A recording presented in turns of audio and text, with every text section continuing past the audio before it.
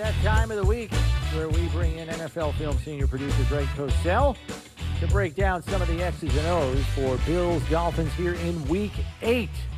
Greg, how you doing? Good to see you again. I'm doing great, guys. How are you? We're doing well. We're doing well. We found last night's game very entertaining. And, it was entertaining. Yeah, for tight sure. game.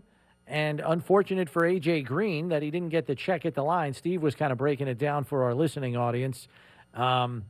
Proved to be catastrophic, obviously, for Arizona. But Rasul Douglas gets to play the hero there. He just didn't get the pass check, right? Check into a pass. Yeah, it's funny you say that because I did not see that play, so I really don't know, the answer to that. But I know he's being ripped a lot on social media, but that doesn't mean anything, really. Yeah, Right. Steve basically, the way he characterized it, said, A.J. still thought it was a run play. And Kyler had checked to a pass, back shoulder, obviously. And A.J. still thinks he's blocking the DB on a run play. So, unfortunate, but now there aren't any more undefeated teams, so there we go. Steve, what do you got for Greg on this week's game? No. Yeah, I'm with you. I get it. I mean, why would you call a run play? But you call, it's about protection and all that. I mean, you're calling the run play so you can get rid of the ball, and Kyler either makes a verbal or nonverbal check that A.J. doesn't pick up. And people are going, how would he even think a run play would be called? Listen, they called it. You can run what is he going to do? A.J. going to stop the game and have him call a different play? I mean, he runs what's called. So until he gets the check, he's got to do what he's supposed to do, and it ends up costing you the game. And that's why communication is really, really key. So anyway, what do you think about the Dolphins-Bills this week, Greg? Well, I think you'll see a little bit of a different Dolphins defense than you did. Was it week 2 that these two teams played? Yes, that's right. The Dolphins have been gradually and incrementally playing less man coverage as the season has progressed. And so I think you will see a different Dolphins defense. They don't play anywhere near as much as they did earlier in the season. So, we'll see. Look, last week they played a Falcons team that played a ton out of base personnel, which is not likely to be the case when they play the Bills on Sunday. So they basically played 2 personnel packages against the Falcons. They played nickel with 5 defensive backs, and they played, I guess what I call dollar, people have different names, with 7 defensive backs. I'd be very curious to see if that's their approach against the Bills on Sunday, because obviously the Bills do line up at wide receiver. Knox is out, correct? Yes. So I would think you'll see a lot of 3 wide, maybe 4 wide. And I think if that's the case, you could see the Dolphins play with 7 defensive backs. Yeah, they did do some of that all the way back in week 2 of last season against the Bills. They played, there were even a couple of snaps. They had 8 defensive backs on the field, if I remember right, just for a couple of plays. Yeah, they did. And in fact, last year, it's funny you say that, Chris, because last year they actually had success with that against Justin Herbert and the Chargers, where they played with 8 defensive backs. So you could see that as well. And it turns into really, can the Bills run the football against that and try and overpower them with 5 offensive linemen and a running back, right? I mean, that's kind of what it turns into. I would think, Steve, it depends on down and distance. I mean, if it's 3rd and 9, the Bills are not going to run the ball. And I don't think they play with 8 defensive backs on 1st and 10. But, I think, look, you guys are closer than I am. I think the Bills want to have a productive run game, but not necessarily a high volume run game. I mean, I don't think they plan on taking the ball out of Josh Allen's hands. I mean, look what happened against Tennessee. I know it was a game they lost, but they did score over 30 points. Josh still threw the ball 45 times, something in that range. I think they do want to run it, but they want to run it and be successful running it, not necessarily turn into a running football team. I think something else, Greg, that supports your theory of the Dolphins probably playing more zone this week is the fact that their secondary is very nicked up with injuries.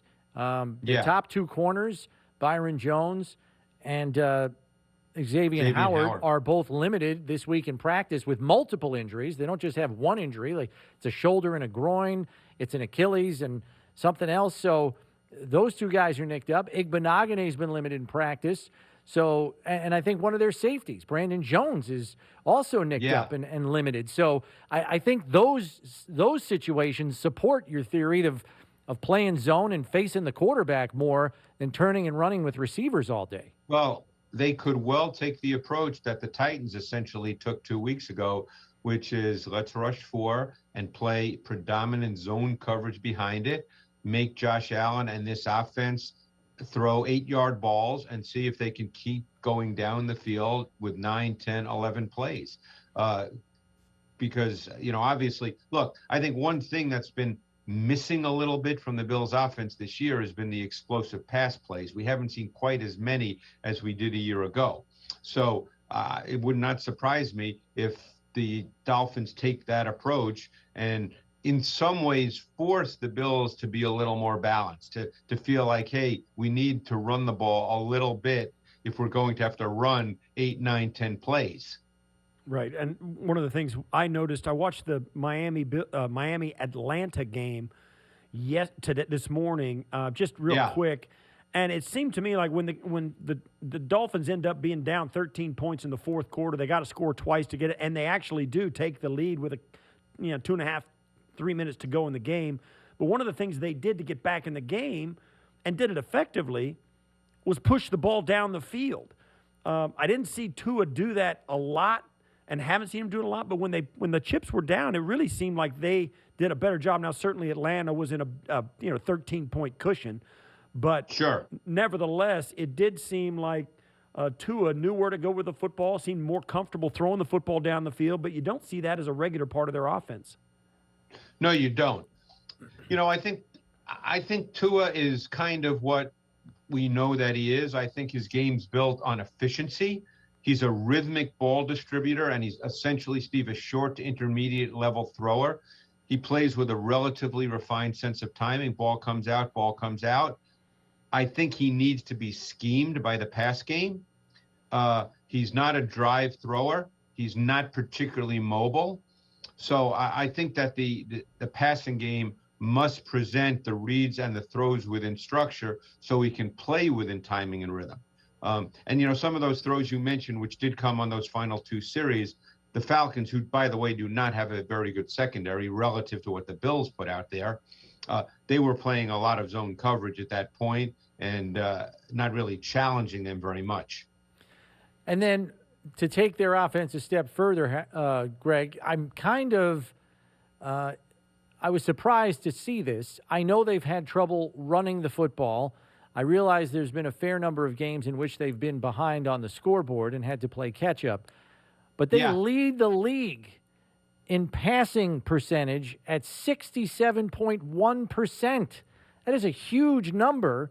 And again, I know it's been a tough row to hoe in the run game for them, but man, that's a high number. And they're also leading the league in first down passing percentage. I know. And my sense of that, Chris, and again, you guys know me well enough. I don't rip coaches. I don't do that. My sense is that's a little too high because don't forget, it's not just Tua, it's your O-line. And they've made some changes in their O-line since week 2. They moved Austin Jackson, who was a first-round pick a few years ago from USC, and drafted to play left tackle. They've now moved him inside to play left guard, and they're playing the rookie Eichenberg from Notre Dame at left tackle. So they've undergone some O-line changes. So that's why everything they try to do is rhythmic, because they do not want to put that kind of pressure on the O-line. Because, Steve, as you know, if you're going to go 3-step quick game, quick 5-step drop game, there's nowhere near as much pressure on your O-line to pass protect as if you're doing deeper drops, because the ball, based on play design, is supposed to be coming out. So would you say, Greg, that what they're doing is using that short passing game to double as their running game, and that's why the percentage is so high? Well, my guess is this, and again, I'm not in their meeting rooms, and that's the only way to know. But my guess is they feel that those kinds of plays will give them a better percentage chance of gaining 6, 7, 8 yards than running plays. Yeah, right. I don't know if coaches and Steve, jump in here based on your experience. I don't know if coaches say that's instead of our run game. I think they think in terms of we can be more efficient gaining, sustaining yards doing this than running the ball. Yeah, I don't think a lot of times offensive coaches, they think in run pass. They think in what's actually going to get me yards, whether it's run or pass. Correct. is irrelevant. Right. We need to run the ball. No, they don't think like that. They think I need to gain 6 yards. And whatever play they can do it with against that look is going to be the play they call run or pass. They don't think in terms of, they think in terms of, I don't want to be in 2nd and 10. And the best way for me to be in 2nd and 4 is to drop back and throw the ball. Right. So the Dolphins have got the 32nd ranked defense. It's bend but don't break, and all of a sudden, they've lost 6 straight. So it seems like they're broken. So and the Bills and you say that offense. Go ahead. Yeah, it's really interesting you're saying that because they were essentially an aggressive defense a year ago. And I think going into this season, most thought that their defense would be one of the foundations of their team because obviously Tua was still a question mark and then he got hurt again. And now, of course, he's back. But I think most thought that would be a foundation of their team, especially with Brian Flores, a defensive coach coming from the Bill Belichick school. And their defense has really not been very good. So they've had to change their approach, more zone. They have not rushed the passer particularly well. So and I don't think they feel as comfortable blitzing because last year they blitzed quite a bit. So it's been a tough go for them defensively. Give me one thing. You mentioned, week 2 and things have changed since then. They're starting to play more zone than they were man at that time. What about offensively? Have they evolved? Now, I mean, Jacoby Brissett came in week 2 and played for a couple of games. Now Tua has been in for the last, 2 games. Yeah. 2 games. How's Miami different offensively than they were in week 2? Well, the bottom line point is this: is Tua gets the ball out. Jacoby Brissett is not that kind of quarterback. So now all of a sudden, at least the pass game has a rhythmic feel to it. Tua gets the ball out. That's his game. His game. When he came out of Alabama, his whole game was he was really quick on his drop and his set and his delivery. That's what he is. He's not a high-level talent as far as a thrower. He can't drive the ball exceptionally well down the field. So it's all rhythmic throws. That's what they want to do. The key question is, can they live like that? Because that's still hard. You're still not pushing the ball down the field the way ultimately you would like to. So we'll see. But that's what their game is. He's a totally different quarterback than Jacoby Brissett. Jacoby Brissett is not really a rhythmic player.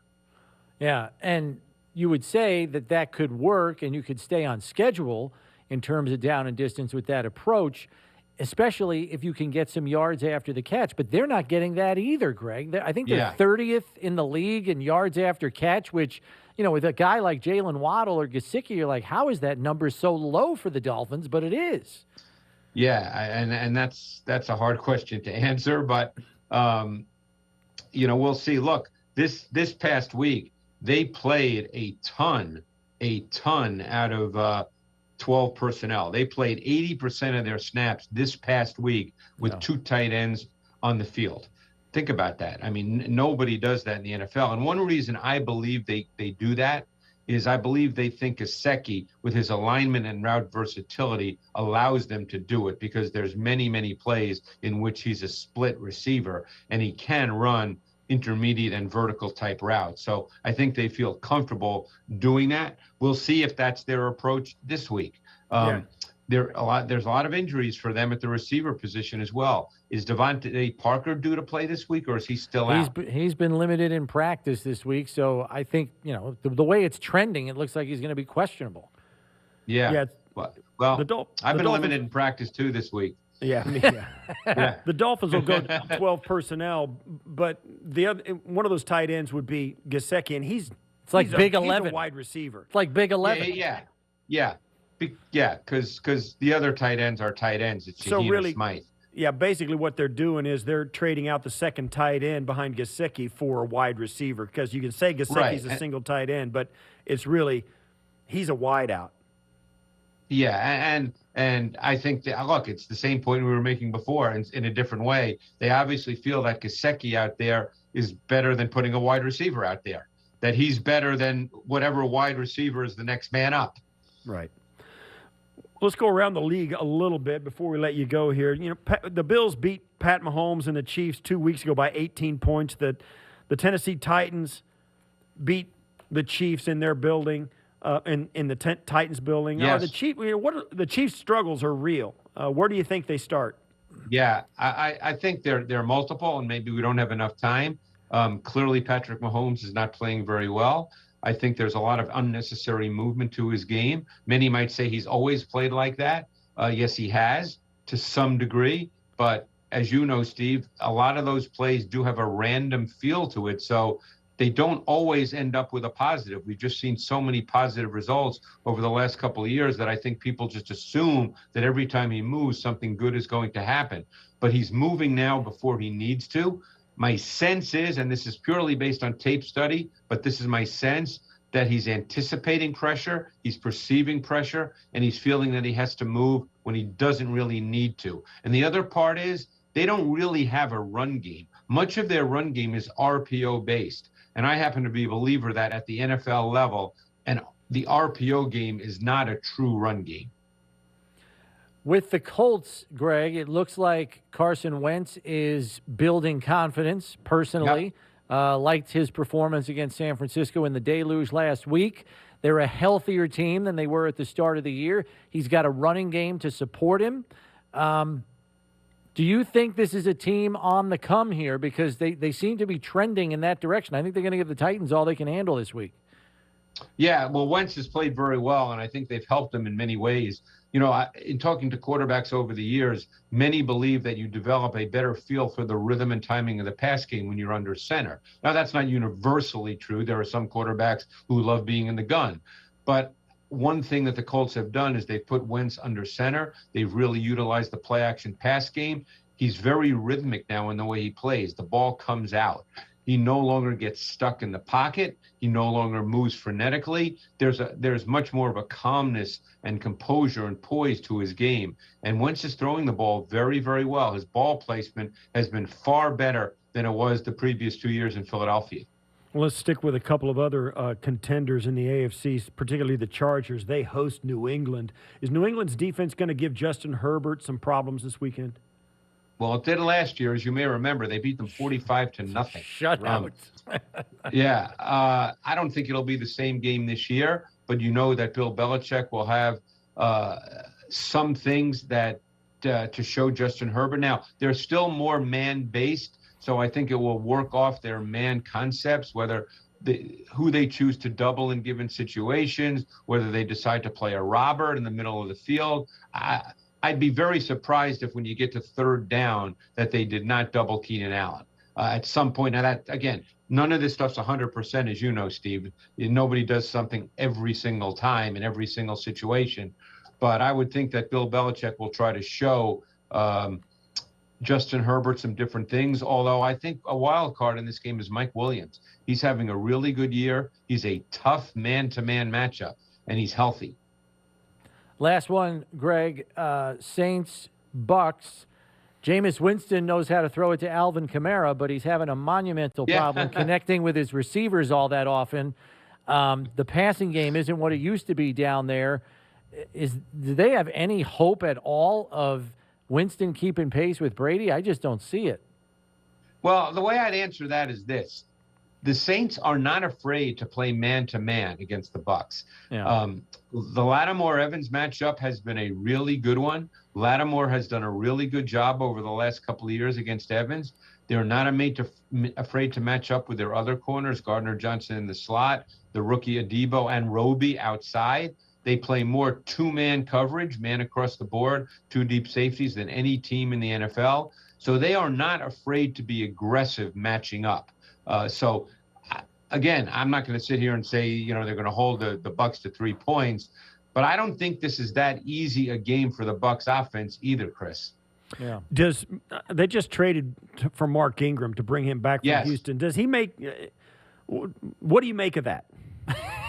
What I make of it is that they do not want to wear Alvin Kamara out. He had 20 carries this past week in addition to 13, 14 pass targets.